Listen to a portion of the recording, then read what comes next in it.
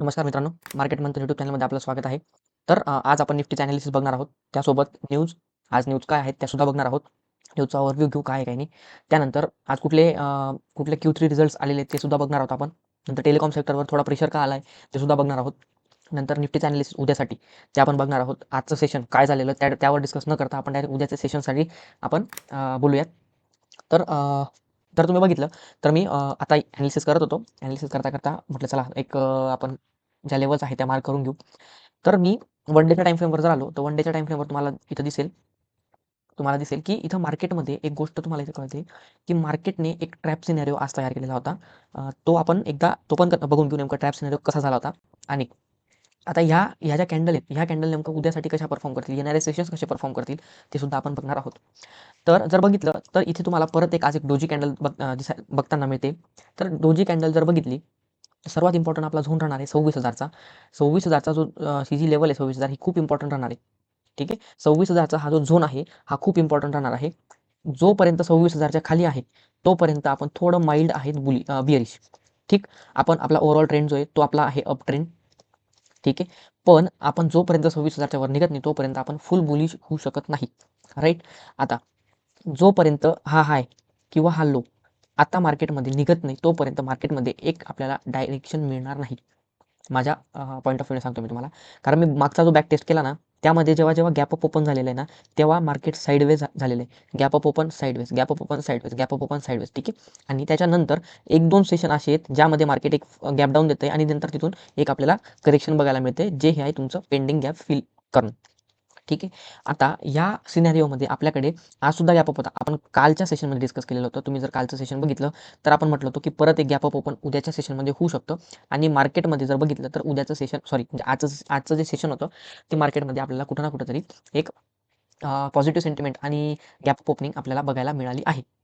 तर मग आपण उद्याचं सेशन काय होऊ शकतं नेमकं, कसं जाऊ शकतं ते आपण एकदा बघून घेऊ.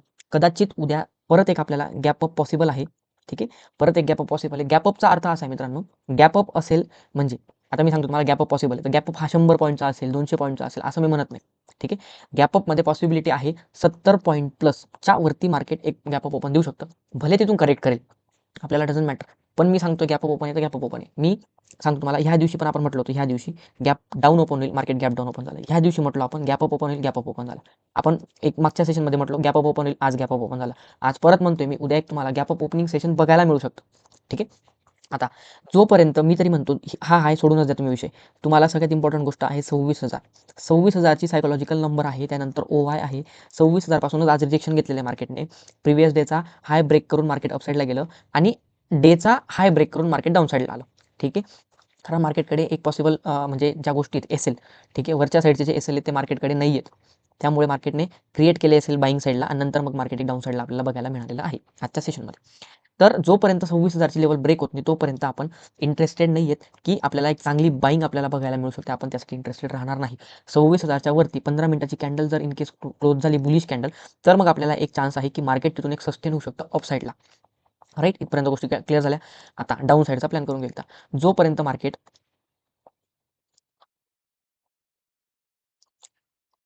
जोपर्यंत मार्केट ही लेवल जी आता मी ड्रॉ केली ती आहे तुमची 25,869.50. जोपर्यंत ही लेवल मार्केट काढत नाही खालच्या डिरेक्शनला तोपर्यंत एक बिअरिश सिनारिओ होऊ शकत नाही. बिअरिश सिनारिओ म्हणजे मी फुल बिअरिश आहे असं म्हणत नाही. पण एक कुठं ना कुठंतरी एक छोटी सेलिंग असेल ना, जी सेलिंग आहे छोटी सेलिंग ती तुम्हाला येताना बघायला मिळेल. येणारी 15, 16, 17, 18 फेब या डेट लक्षात ठेवा. कदाचित ह्या डेटला किंवा ह्या डेटला किंवा ह्या डेटला किंवा ह्या डेटला, ठीक आहे. तर आपल्याला ह्या डेट्सला कुठं ना कुठेतरी मार्केट एक वीक सिनेरिओ बघायला मिळू शकतो. मार्केटमध्ये एक पॅनिकनेस तयार होऊ शकतो. पण तो मार्केट आता रिॲक्ट कसं करतो त्यावर डिपेंड आहे. तर या 4 डेट्स आहेत. ह्या डेट्सला कुठेतरी मार्केट एक पॅनिक सिनेरिओ देऊ शकतो असं मला वाटतंय.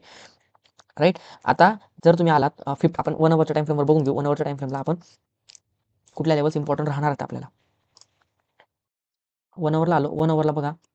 आता जोपर्यंत मार्केट 26,000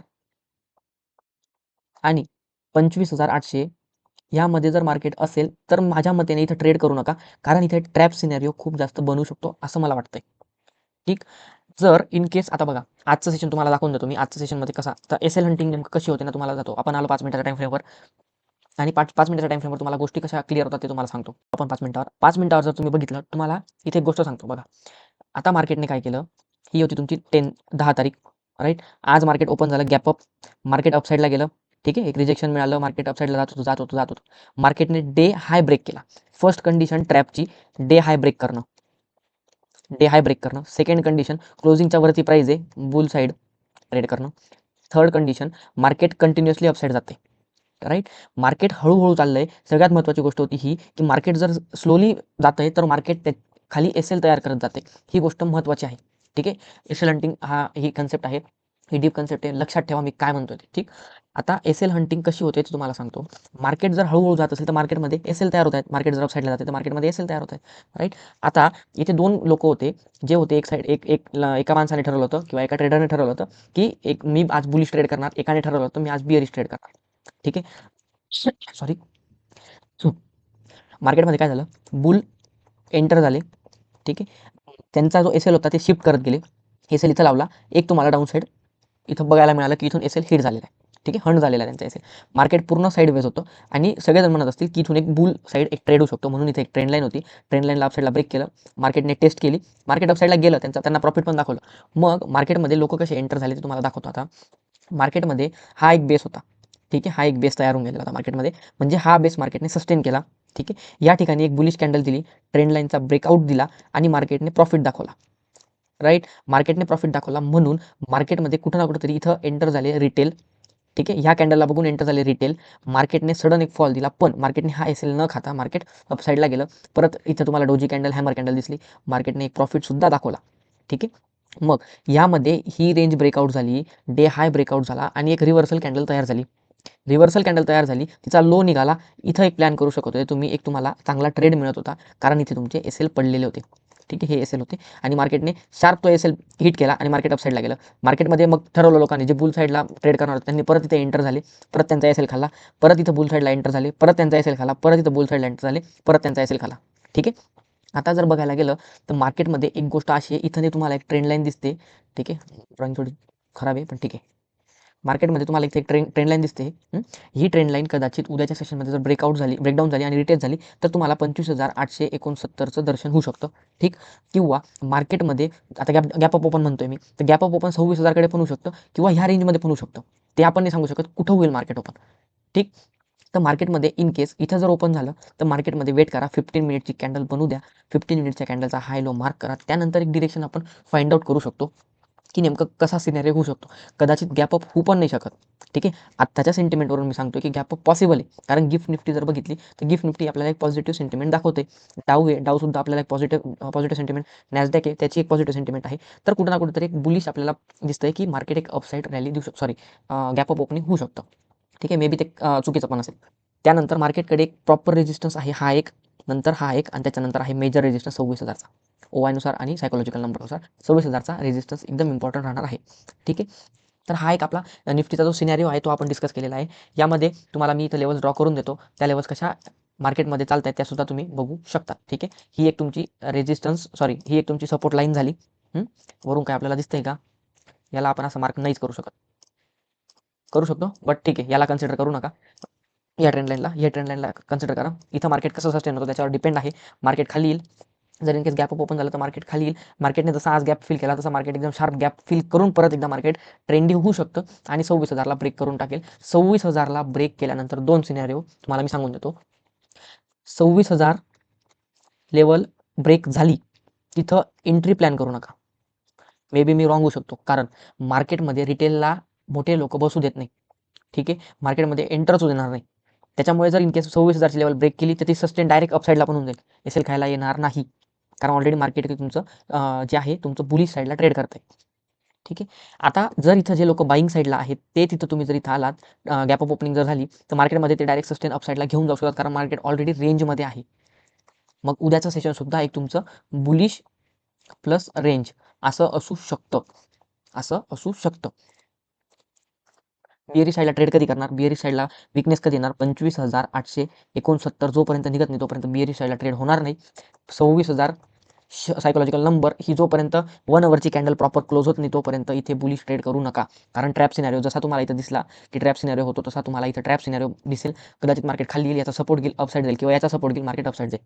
ठीक आहे, वेट करा, वॉच करा, काय कुठली कंडिशन बनते ते नक्की तुम्ही बघू शकता. येऊया आपण, हे निफ्टीचं ॲनालिसिस झालं. निफ्टीच्या ॲनालिसिसमध्ये जर इनकेस 26,000ची लेवल ब्रेक केली तर तुम्हाला हे कुठेतरी 26,100 26,150 ही लेवल तुम्हाला कुठं ना कुठेतरी बघायला मिळू शकते. ती कशी काढलेली, ती फाईंड कशी केलेली ते तुम्हाला सांगून देतो. बघा काय केलं मार्केटने, 1 आवरच्या कॅन्डलमध्ये जर बघितलं तर 1 आवरच्या टाइम फ्रेममध्ये तुम्हाला इथं दिसेल की 1 आवरच्या टाइम फ्रेममध्ये इथं मोस्ट ऑफ मार्केट कंटिन्युअसली थांबलेलं आहे. ठीक आहे, त्याच्यानंतर मार्केट परत त्याच रेंजमध्ये आलं, मार्केट परत तिथंच होल्ड करत होतं. मग कदाचित आपल्याला 26,000ची लेवल जेव्हा ब्रेक होईल अपसाईडला तेव्हा 26,150ची लेवल आपल्याला टेस्ट होताना दिसू शकते, कन्फर्म नाही. आता तुम्हाला एकदा मी ते मार्क केलेलं आहे, मी आय थिंक, अरे नाही केलं आहे, ठीक आहे चला हरकत नाही. हे बघा इथं सिनॅरिओ कसे असतात गॅप अपचे, तुम्हाला ते दाखवून देतो प्रिव्हियस चार्टमध्ये. बघा गॅप अप, इथं मार्केट क्लोज झालं, गॅप अप ओपन झालं, मार्केट कंटिन्युअसली तुम्हाला बघायला दिसेल इथं मार्केट या ठिकाणी ओपन झालं, मार्केट कंटिन्युअसली 2 दिवस रेंज बाउंड होतं, मार्केट परत ओपन झालं, परत रेंज बाउंड होतं, मार्केट परत ओपन झालं, रेंज बाउंड होतं. म्हणजे कुठं ना कुठं तरी प्रिव्हियस डेटावरून तुम्हाला एक गोष्ट कळते की गॅप अप ओपन झाल्यानंतर मोस्ट ऑफ लोक इथं ट्रॅप होत आहेत. ट्रॅप का होत आहेत, कारण मार्केट आहे साईडवेज. ठीक आहे, हीच कंडिशन मार्केट आपल्याला, हीच कंडिशन, ही जी कंडिशन इथं बनलेली ना, हीच कंडिशन मार्केट आपल्याला आत्ताच्या आपल्या चार्टवर आपल्याला बघायला मिळते आहे. तुम्ही जर पुढे आले, पुढे बी तुम्हाला तीच कंडिशन दिसेल. हे बघा आता इथं एक गोष्ट क्लिअर होते की मार्केट किती दिवस साईडवेज होतं, 1 2 3 4 आय थिंक 5 आणि मग 6व्या दिवशी कुठंतरी मार्केट एक ट्रेंडी मूव्ह दिलेलं आहे 6व्या दिवशी. त्यानंतर परत एकदा मार्केट गॅप अप ओपन झालं, गॅप अप ओपन परत साईडवेज, हे ट्रेंडी झालं, परत gap up open sideways, gap up open sideways. ठीक आहे, त्यानंतर मग मार्केटमध्ये करेक्शन आलेलं आहे, जो हा गॅप होता हा मार्केटने फिल करून टाकलेला आहे. मग मार्केटमध्ये 10% पैकी, मार्केटमध्ये तुम्हाला सांगतो 10% पैकी मार्केटमध्ये किती पर्सेंट असे आहेत की ते मार्केट त्याचं गॅप फिल करतं. मग मार्केट त्याच दिवशी 2% किंवा 3% मार्केट त्याचा गॅप फिल करतं. त्याच्यानंतर कदाचित मार्केट गॅप फिल करतच नाही.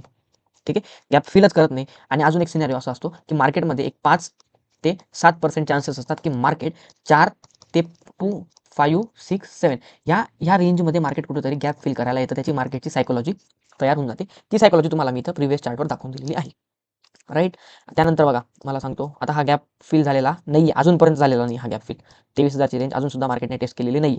राईट, तर ही आहे मार्केटची सायकोलॉजी. मार्केटची सायकोलॉजी ओळखायला बघा नेमकं मार्केटची सायकोलॉजी कशी. तुम्हाला इथं सुद्धा सिनॅरिओ दिसेल मार्केटमध्ये. बघा market gap up trendy, gap up sideways, gap down trendy, market gap up down side, gap up sideways, gap up sideways, gap up sideways, gap up sideways, gap up sideways. Most of केसेसमध्ये gap up sideways. आणि ज्या दिवशी top बनतो मार्केटचा त्या दिवशी market त्याचं सगळे गॅप फिल करायला डाऊन साईडला येतं. ठीक आहे, हा तुमचा गॅप होता, शेवटचा गॅप होता. ठीक आहे, हा ऑलरेडी फिलच येतो गॅप, म्हणून तर काही विषय नाही, इथं तुम्हाला गॅप दिसतच नाही, फक्त हा एक गॅप असेल 24,500, तो आपल्याला गॅप आय थिंक पुढे फिल होताना दिसलेला आहे. 600चा 24,600 आपण जो प्रिडिक्शन केलं होतं ते परफेक्ट प्रिडिक्शन होता आय थिंक, नाही 24 नाही 500चा प्रिडिक्शन होता आपलं, बरोबर. ठीक आहे, हा गॅप होता तो. तर ही आहे ओव्हरऑल कंडिशन. आता तुम्हाला एक गोष्ट सांगतो, मार्केटमध्ये लॉंग आणि शॉर्ट पोझिशन कशा आहेत त्या तुम्हाला मी सांगून देतो. हे बघा नीट लक्ष द्या, हे सुद्धा खूप इम्पॉर्टंट राहणार आहे. हे आहे 9th फेबचं. ठीक आहे, हे आहे तुमचं 10th फेबचं. आता हे आहे तुमचं लॉंग पोझिशन, इथं तुम्हाला म्हटलेलं हे आहे तुमचं शॉर्ट पोझिशन, हे आहे लॉंग पोझिशन, हे शॉर्ट पोझिशन. 9 तारखेला मार्केटमध्ये FII जे होते ते 19.96%वर ट्रेड करत होते, 96. ठीक आहे, 96 पोझिशनवर ते त्यांची जी होल्डिंग आहे ती तुमची 18.96वर होती. आणि आजच्या दिवशी मार्केटमध्ये डेटा मी पाहिला तर ती पोझिशन गेली 21.69. आता ह्यामध्ये रिटेल लोकांनी आज -2 पॉईंट समथिंग काहीतरी आज विकलेलं आहे, आज त्यांचे कॉन्ट्रॅक्ट विकलेले आहेत. आणि मार्केटमध्ये FIIsने हे कॉन्ट्रॅक्ट खरेदी करून त्यांच्या पोझिशनमध्ये ॲड केलेले आहेत. ठीक, मग कदाचित त्याच्यामुळे माझा फर्स्ट गॅप अपचा पॉसिबिलिटी की माझी फर्स्ट आहे की मी ॲव्हरेजवरून एक गॅप अप पॉसिबल आहे की नाही ते बघतो. सेकंड म्हणजे तुमचं FII. ठीक आहे, आणि DIIच्या डेटावरून, मी DIIने पण FIIच्या डेटावरून बघतो की नेमकं मार्केटमध्ये गॅप अप होऊ शकतं का नाही ते. आणि थर्ड आहे तुमचं निफ्टी, गिफ्ट निफ्टी. ठीक आहे, हे 3 सिनारिओ आहेत, 3 सिनारिओ तुम्ही बघू शकता.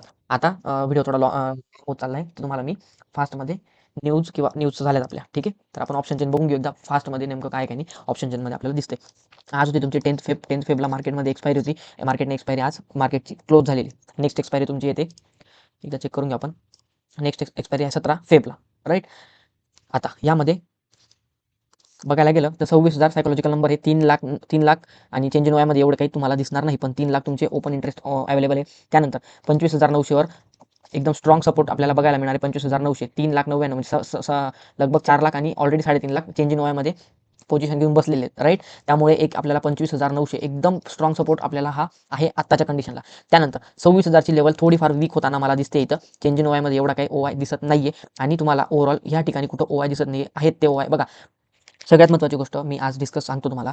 Change in OI, change in OI, change in ओआयमध्ये मायनसमध्ये जेव्हा व्हॅल्यू जाते तेव्हा तिथून समजून घ्यायचं लोक तिथून एकतर अपसाईडला कन्वर्ट होत आहेत, तिकडे जात आहेत, किंवा ती पोझिशन ती पी साईडला म्हणजे सपोर्ट साईडला, ठीक आहे, सपोर्ट साईडला ते बिल्ड करतायत. सगळ्यात इम्पॉर्टंट गोष्ट आहे. आणि आजचा सिनारिओ जर बघितला तर 26,200 वरचे लोक पळालेत, 26,300 वरचे लोक पळालेत, 26,350 म्हणजे जिकडं तुम्ही बघणार चेंज इन ओआयमध्ये सगळ्यांना तुम्हाला मायनस हे दिसणार आहे, ठीक आहे. त्यामुळे हा जो वरचा ओआय आहे हा आपल्याला जाताना दिसतोय, म्हणून कदाचित उद्याचं सेशन एक आपल्याला ट्रेंडी रेंज बाउंड म्हटलं होतं मी, ठीक आहे. रेंज बाउंड आपल्याला न म्हणता ट्रेड शक्यता ट्रेंडी होऊ शकतं. कशामुळे? ओआयच्या बेसवर जर बघितलं तर कधी पण 26,000 ची लेवल ब्रेक होईल तेव्हा, कारण ऑलरेडी ओआय तुमच्याकडे 3 लाखाचा आहे, चेंज इन ओआय नाहीये, पण ऑलरेडी ओआय तुमच्याकडे तेवढा आहे. त्याच्यामुळे ती आपल्याला रेजिस्टन्स म्हणून चांगला स्ट्रॉंग रेजिस्टन्स म्हणून आपल्याला ती गोष्ट बघायला मिळणार आहे.